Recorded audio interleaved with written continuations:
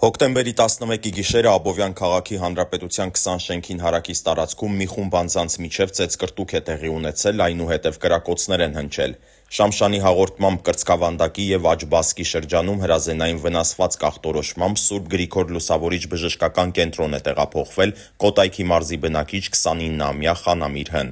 Ավելի ուշ որովայնի առաջնային պատի կտրած ծակած վերք ախտորոշմամբ Աբովյան բժշկական կենտրոն է տեղափոխվել Կոտայքի մարզի բնակիչ 34-ամյա Անդրանիկ Վ.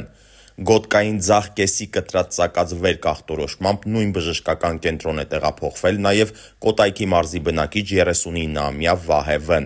Նախաձեռնվել է քրեական վարույթ։ Մեկ անձ ձերբակալվել է խուլիգանություն կատարելու համար։ Դեպքի վայրում իրավապահները հայտնաբերել են արնանման հետքեր, կրակված պարկուճներ, դանակ, բջջային հեռախոս։ Նշվում է, որ հայտնաբերվել է նաև հանցագործության գործիք, ատրճանակը։